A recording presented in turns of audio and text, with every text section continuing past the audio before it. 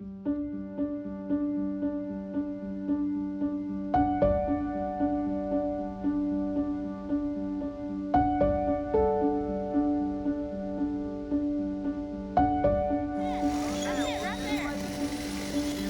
2018, I found out on Facebook that my son was in foster care. Like I said, I found out August the 6th, and I was living in active addiction. I was a drunk and a drug addict. I ran around and I borrowed every dime that I could possibly borrow from everybody that would loan it to me. And I sold everything that I had. Well, I had court August the 22nd up here. We started out at 7 o'clock in the morning on August the 21st. Had a flat tire in Mississippi. Spent $50 to get a new tire. Went to Arkansas, had another blowout. Spent the last little bit of money I had to get the tire fixed there. And the valve stem was broke on that tire. So I was broke down on the side of the road, crying, begging God to keep me up here. Man, just out of nowhere, I heard the impact wrench go off. And I walked over to the shop and asked the dude to help me fix the valve stem in my truck.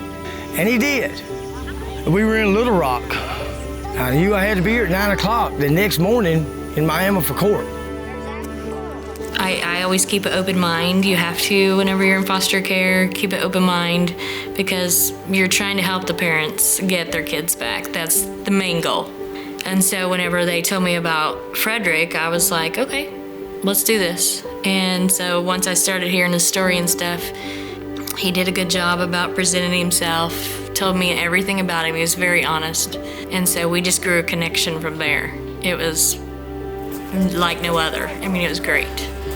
I got to court that next morning at 9:30 and walked in and turned myself in, facing 10 years in prison for having a fight and kicking the door in of my son's mother's house a few years earlier. I'd been on the run from it. So Riker was my first case. I met both parents. I met Riker and his foster family. I just had like this gut feeling about his dad, and he was just jumping through hurdles to get his kid back. And I knew when I met Riker, like I had to do my best. I had to do my absolute best to do what was best for him.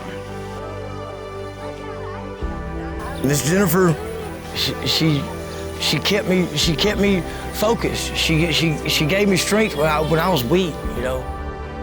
CASA is our voice for the child, and we need that.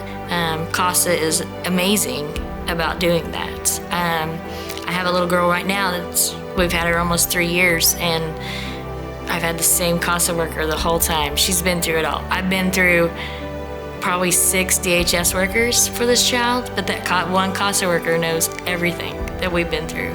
And so it's really nice to have that kind of relationship. We're all looking out for the best interest of the child, and that's what CASA does. This dad has come here, he's given up everything to get his child back. Having to go to jail, and you know, he just owned up to his mistake. When I met foster parents, I thought, they can't get any better than this. These people are awesome. Riker's doing amazing here. And then I met Fred, and I was like, oh no. He blows them out of the water. You know, of course, nothing's better than being with a natural parent. But my ultimate goal was just to figure out what was best for Riker. You know, they were there. They were so involved, so caring and passionate about it. You know, like I said, I can't thank them enough. I really can't.